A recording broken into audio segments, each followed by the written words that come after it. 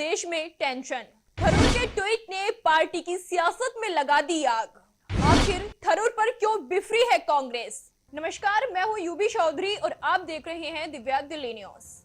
आज की सबसे बड़ी राजनीतिक हलचल ऑपरेशन सिंदूर के बाद सामने आई है, जहां भारत के कूटनीतिक मिशन पर विदेश में सक्रिय कांग्रेस सांसद शशि थरूर अपनी ही पार्टी के निशाने पर आ गए हैं। आतंकवाद के मुद्दे पर पाकिस्तान को अंतर्राष्ट्रीय मंच पर बेनकाब करने की कोशिश कर रहे थरूर को अब कांग्रेस के भीतर ही कड़ी आलोचना का सामना करना पड़ा। क्या थरूर के बयान वाकई पार्टी लाइन से बाहर थे या फिर कांग्रेस में विचारों की खुली बहस अब टकराव का रूप ले रही है?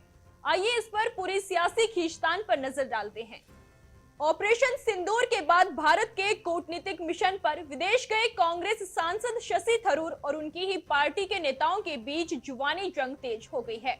आतंकवाद के मुद्दे पर पाकिस्तान को अंतर्राष्ट्रीय मंचों पर बेनकाब करने के लिए गठित भारतीय प्रतिनिधि मंडल की अगुवाई कर रहे थरूर को कांग्रेस के ही कुछ नेताओं की आलोचना का सामना करना पड़ा। कांग्रेस प्रवक्ता पवन खेड़ा और पूर्व सांसद उदित राज ने थरूर पर निशाना साधते हुए उनके बयानों को बीजेपी समर्थक करार दिया।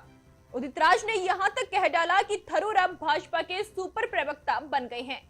इस पर थरूर ने कड़ा पलटवार करते हुए ट्वीट किया और बिना नाम लिए कांग्रेस नेताओं पर जमकर निशाना साधा। उन्होंने कहा कि भारत में हालिया आतंकी हमलों के बाद की गई सैन्य कार्रवाई पर उनकी टिप्पणी को तोड़ मरोड़ कर पेश किया गया है। थरूर ने लिखा, एलओसी पर भारतीय सेना के पराक्रम को लेकर मेरी कथित अज्ञानता पर भड़कने वाले अति उत्साही नेताओं को बताना चाहूंगा कि मैं पूर्व में हुए युद्धों की नहीं बल्कि हालिया आतंकी हमलों पर भारत की प्रतिक्रिया की बात कर रहा था। थरूर ने कहा कि उनकी आलोचना करने वाले ट्रोल्स आजाद हैं, लेकिन उन्हें बहुत काम है और ऐसे बेहुदा विचारों में उलझने का समय नहीं है। उन्होंने साफ किया कि उनके बयान का मकसद पिछली सरकारों की संयम नीति पर टिप्पणी करना था, न कि भारत और पाकिस्तान के बीच हुए युद्धों पर सवाल उठाना।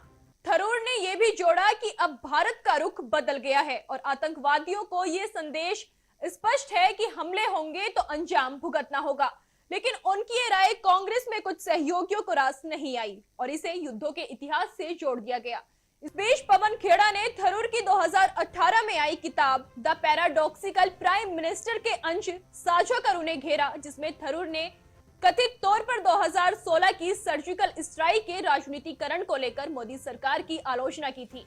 वहीं उदित राज ने 1965 में लाहौर सेक्टर में भारतीय सेना की कार्रवाई, 1971 में पाकिस्तान को विभाजित करने और मनमोहन सरकार के कार्यकाल में गुप्त सर्जिकल स्ट्राइक का उल्लेख कर पूछा कि थरूर अपनी पार्टी जिसने उन्हें इतना कुछ दिया उसके प्रति इतने बेईमान कैसे हो सकते हैं। कुल मिलाकर थरूर की विदेश में चल रही सक्रिय कूटनीतिक भागीदारी अब घरेलू राजनीतिक बहस का विषय बन गई है, जहां वो अपनी ही पार्टी के भीतर सवालों के घेरे में घिर गए हैं। तो ये थी भारत के कूटनीतिक अभियान के बीच शुरू हुई कांग्रेस की आंतरिक सियासत की पूरी तस्वीर, जिसमें शशि थरूर के बयान ने पार्टी के भीतर ही बहस को गरमा दिया है। क्या थरूर पार्टी लाइन से हटकर बात कर रहे हैं या फिर वो सिर्फ राष्ट्रीय हित में बात रख रहे हैं? ये सबसे बड़ा सवाल है।